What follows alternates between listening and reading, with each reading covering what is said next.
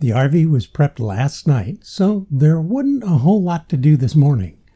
Shelley brought snacks, drinks, and grizz while I finished the last-minute checks. The road is calling again.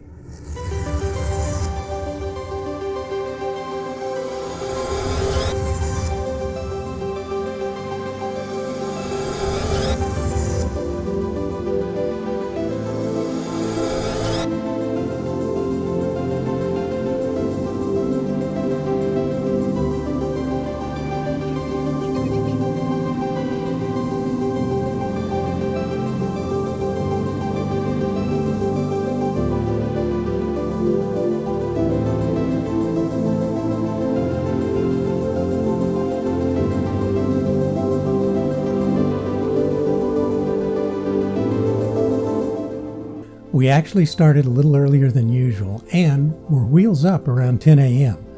We pointed the nose south, hopped onto the 95 to wind our way down to a small park just outside of Hawthorne by the name of Whiskey Flats RV Park.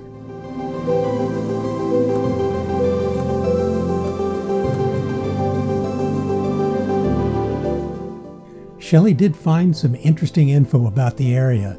Seems that there is a large munitions storage facility between Walker Lake and Hawthorne that's not really on the map.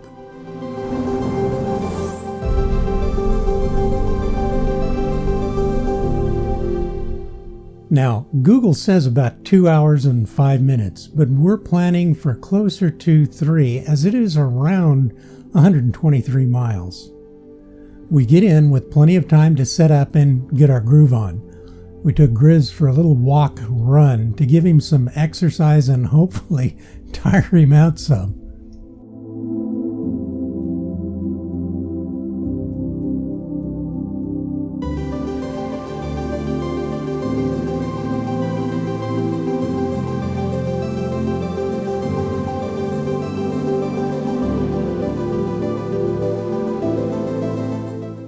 Now it seems that the park was built on the remains of the old army post, which was here many years ago and since has moved to its new updated location not that long ago.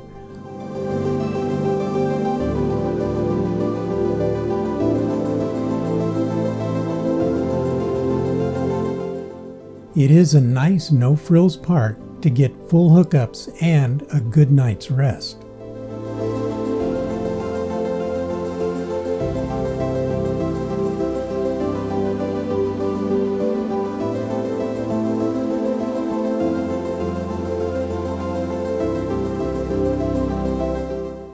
The sand here is almost White Sands, New Mexico bright and sure plays havoc with the sensors in my iPhone.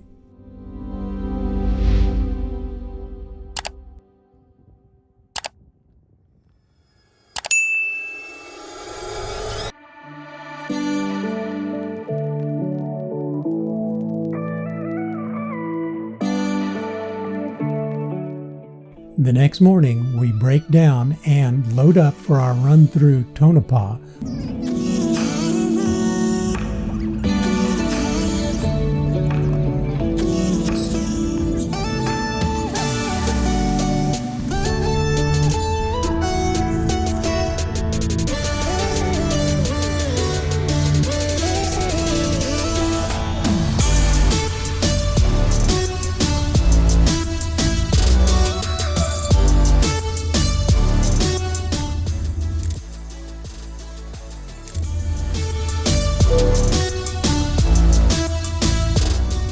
Past the Clown Motel, which was featured in a Call of Duty game a few years back. It is a little creepy in a kind of different way.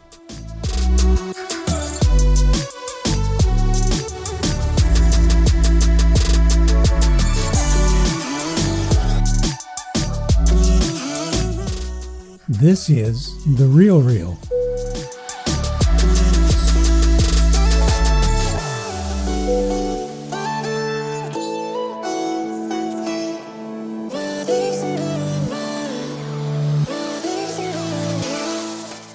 And this is the video game.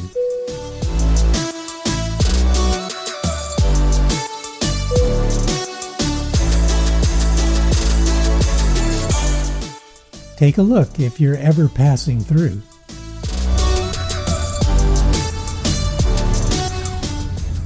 Then, further on towards Pahrump, Nevada.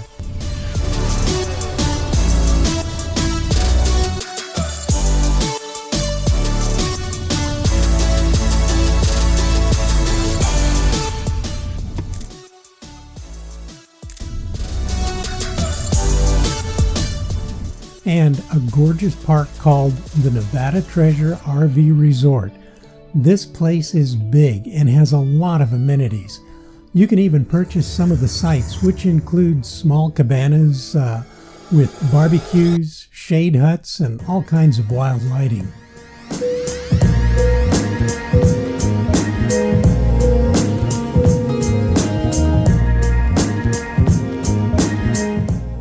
We thought that this might be a good area to do some grocery shopping and scout out Death Valley from. We unwound here for a week or so, then near the end of the time, headed out to see if there was anything other than heat and desert to offer in Death Valley.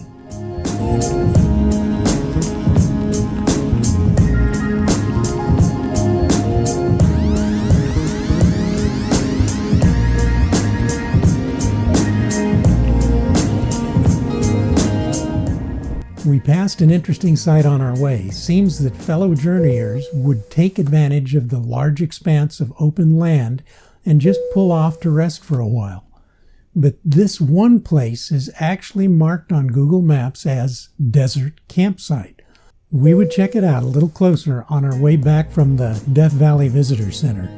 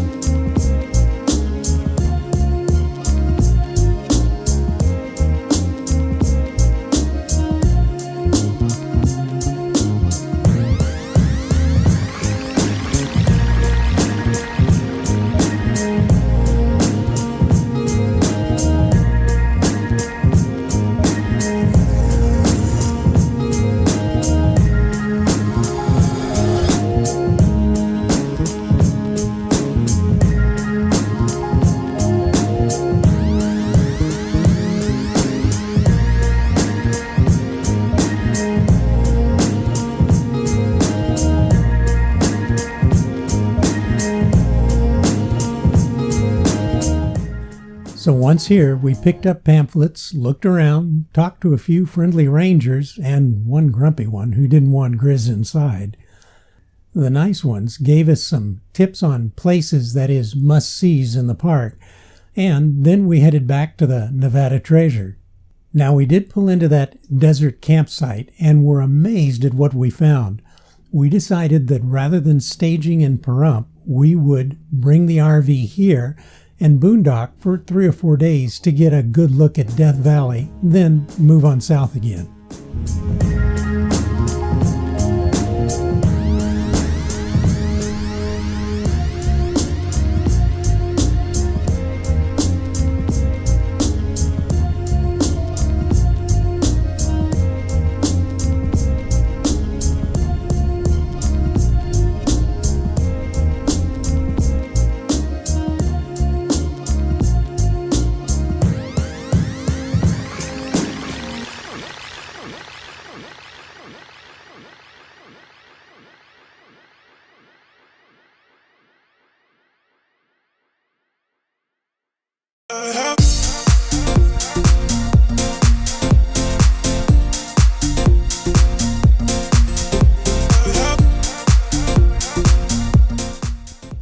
Now this desert campsite is really a gem. There were only 3 other RVs here during our stay, and we were told by one that at one time this place was a small trailer park to give a place for the local miners, not minors, to stay. Could they be the miners? Oh, sure. I mean, they're like 3 years old. Miners, not miners.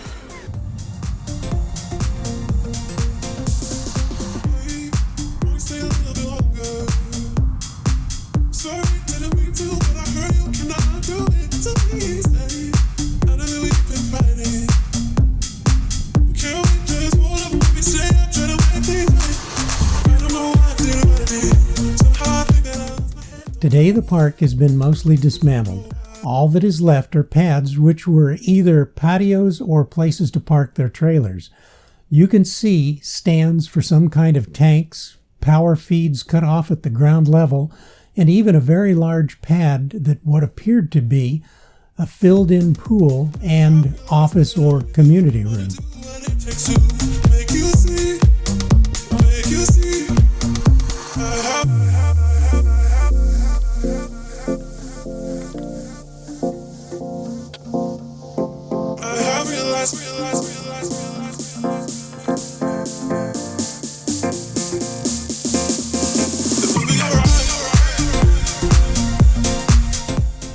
Most of us just parked right on the pads, which were extremely level.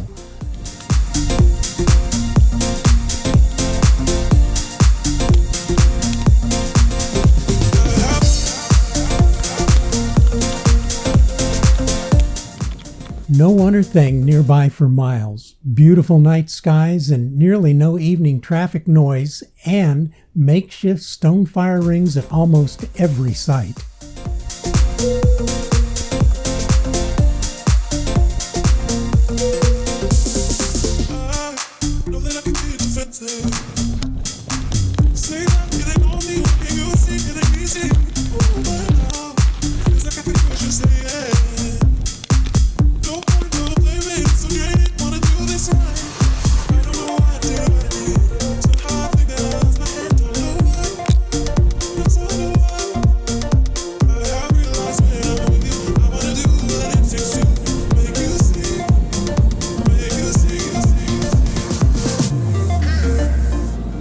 Now, we were having a little trouble with our batteries staying topped off, even with the clear skies and some occasional generator boost, but this will be the stuff of a future episode.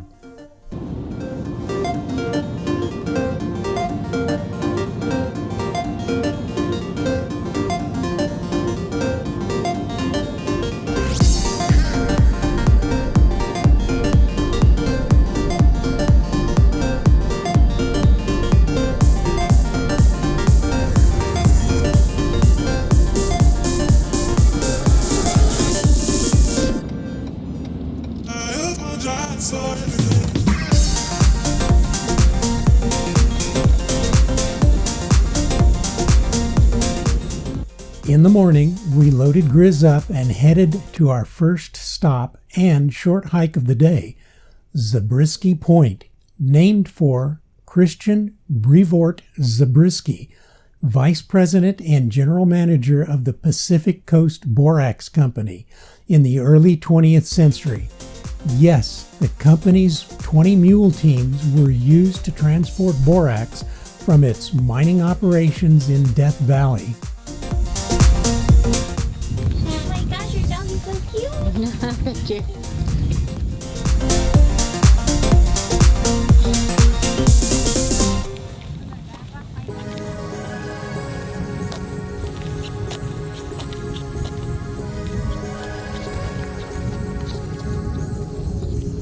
Like a light, lighting up in the dark.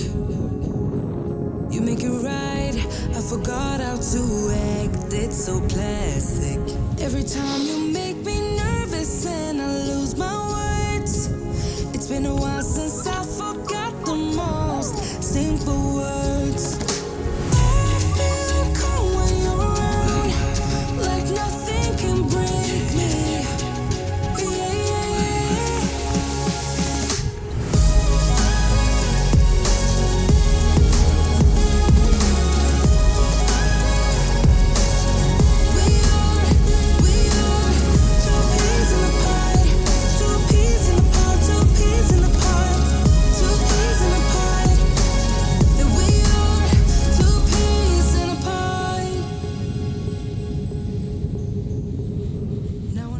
Our next stop is the Mesquite Flat Sand Dunes. The dunes are named for the mesquite trees which grow in abundance in the area.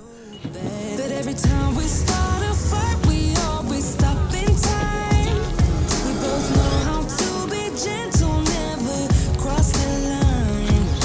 I feel calm. The trees must twist and grow to avoid being buried, and the leafless brown trunks are often exposed by the shifting sands.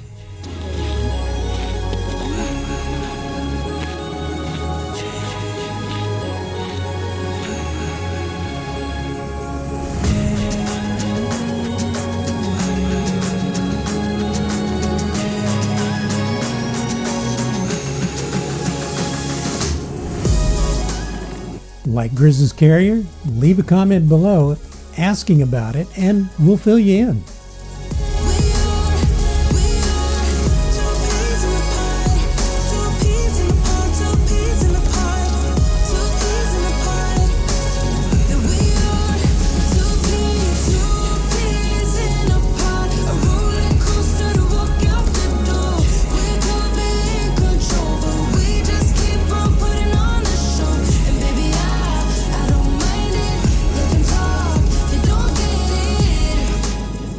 Well, we found sea level. I know. It's scary sometimes, but I know. Yeah, that says 100 feet below sea level. A roller coaster to walk out the door. We could be in control, but we just keep on putting on the show. And baby, I don't mind it. Let them talk, they don't get it. We found our way to the Natural Bridge Canyon. This is a 2-mile round-trip hike.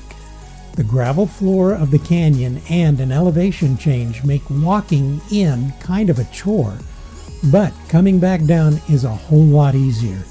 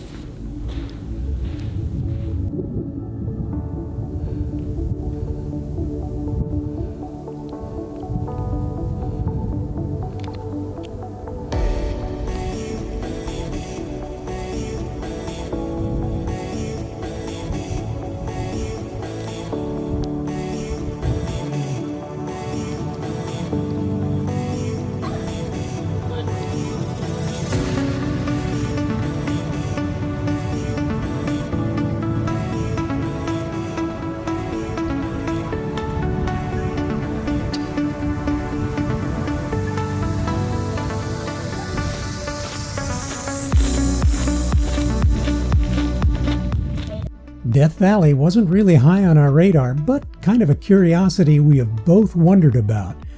We are glad we took this little detour of discovery. It has been well worth the visit, and there is much more that we need to come back and see. There is so much more to this place than meets the eye.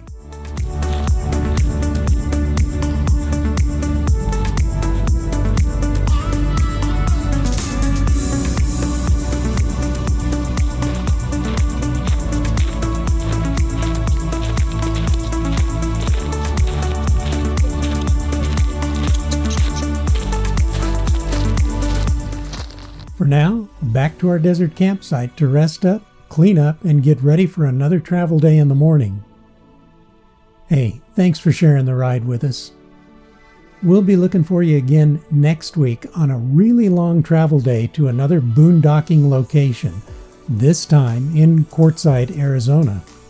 Hope we see you then. Travel safe.